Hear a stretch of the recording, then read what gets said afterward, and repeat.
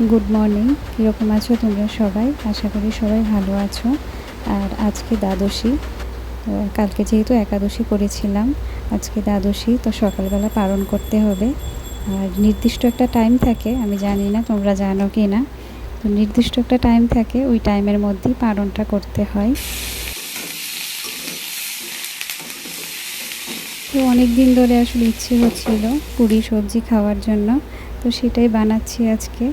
আর সাথে নতুন কিছু একটা ট্রাই করব ভাবছি। বানাতে বানাতে আসলে আইডিয়াটা এলো মনের মধ্যে যে একটা নতুন কিছু ট্রাই করে দেখি। তো আমি এভাবে এক্সপেরিমেন্ট করতে থাকি যাতে কিছু কিছু মানে শিখতে পারি আর কি, যাতে আস্তে আস্তে আমি সব কিছুই বানাতে পারি। তো পুরীর প্রসাদ দিয়ে টাইমলি পালন করে নিয়েছি, তারপর এটা বানাচ্ছি আমি। সঙ্গে থেকো, পুরো ভিডিওটা দেখো।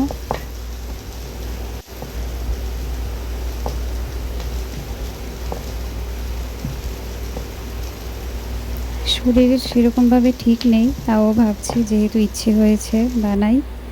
তারপর আমি মানে ছোট্ট ছোট্ট সিঙ্গারার মতো বানালাম আর কি। এটাই বলছিলাম যে আমি কিছু একটা নতুন জিনিস ট্রাই করব। আর আজকে দেখলাম হয়ে গেছে, আরেকদিনও ট্রাই করেছিলাম হয়নি। তো আজকে দেখলাম মানে ছোটো এই কারণেই বানিয়েছি যাতে পারি কিনা সেটা দেখার জন্য। সুন্দরই লাগছিল দেখতে। নরমালি সিঙ্গারা ভাজতে মনে হয় তেলটা খুব ঠান্ডা দরকার লাগে, ঠান্ডা থেকে আস্তে আস্তে গরম হয়। যেহেতু আমি পুরি ভাজছিলাম, তো তেলটা একটু গরমই ছিল আর মুচমুচে হয়েছিল, খুব সুন্দর হয়েছিল। অনেক দিন পরে খেলাম, তো আসলে বাইরে থেকে তো খাই না। আর হয়তো 2-3 বছর হয়ে গেছে সত্যি কথা বলতে আমি সিঙ্গারা খাইনি। আর আমার কাছে ভালো লাগে, কিন্তু খেতে তো পারবো না বাইরে থেকে, তাই নিজে বানানোর জন্য ট্রাই করলাম আজকে। চুলগুলো আমার না পড়ে পড়ে একদম শেষ হয়ে গেছে, জানি না কি করব। আগে কত চুল ছিল, কিন্তু এখন সব শেষ, কিছু করার নেই, এরকমই হয় হয়তো। তারপর সব কিছু বানিয়ে নিয়েছি, ভগবানকে দিয়ে দিয়েছি, তারপর আমি নিজের জন্য নিলাম। আর সিঙ্গারাগুলো সবগুলো খাইনি আসলে, পরের জন্য রেখে দিয়েছিলাম।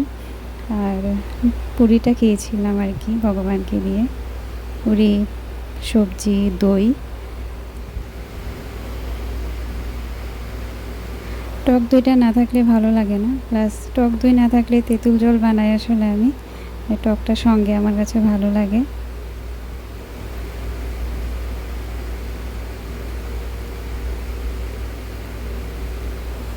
তো যাই হোক, শরীর সেরকম ঠিক না থাকাতেও আমি ভাবছি যে বানাবই।